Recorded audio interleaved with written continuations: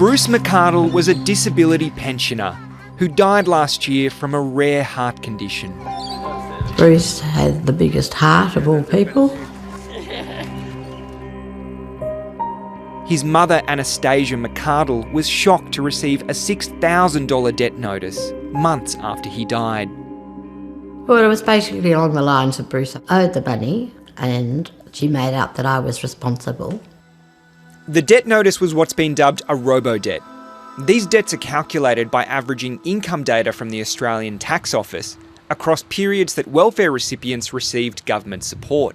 So there's a really big difference between applying an average and doing, as the law requires, the calculation of establishing what a person got in each and every fortnight during which they were paid social security.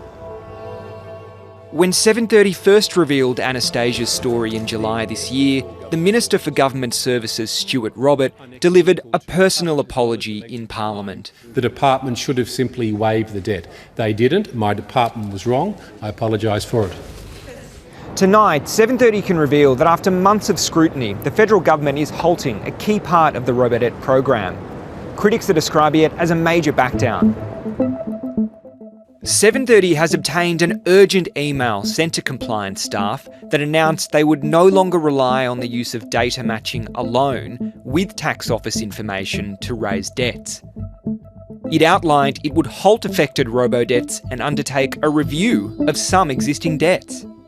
Income averaging plus other proof points will be used as the final determinant for a debt to be crystallised or for a debt to be raised.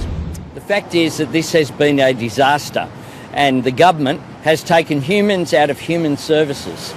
I see it as a complete backdown by the government in that for the future it's indicating that no debt will be raised on the basis of data matching alone, that there will have to be some additional proof. Anastasia McCardel says it's a welcome development. I actually think that the whole program should be axed.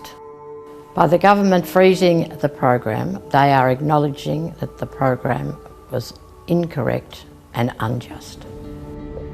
Stuart Roberts said today the change would affect a small number of people. This morning my department commenced some refinements to the income compliance system.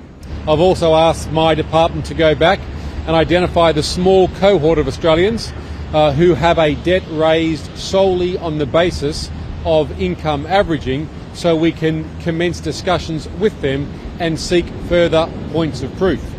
I think that that is obviously one of the central flaws of the system, but it's also not the only one.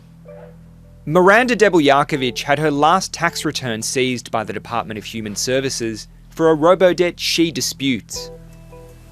There's so much pressure on the individual in this situation to prove that they don't owe a debt. And so, yeah, I mean, in terms of time, it's been 15 months and it's still not over yet. Since her last interview with 730, her $1,200 debt was waived entirely, but then suddenly raised again. I have gone over the calculations myself and believe them to be incorrect. She hopes the announcement today will deliver a fair outcome for thousands of Australians. I hope that my debt and other people's debts get reviewed accurately. I hope that people get their money back. And I hope that we get some kind of acknowledgement from Centrelink about the pain that this has caused so many people.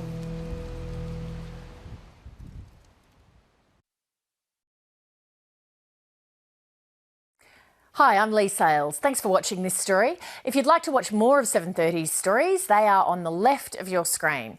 And tap on the button below to subscribe and get the latest from ABC News.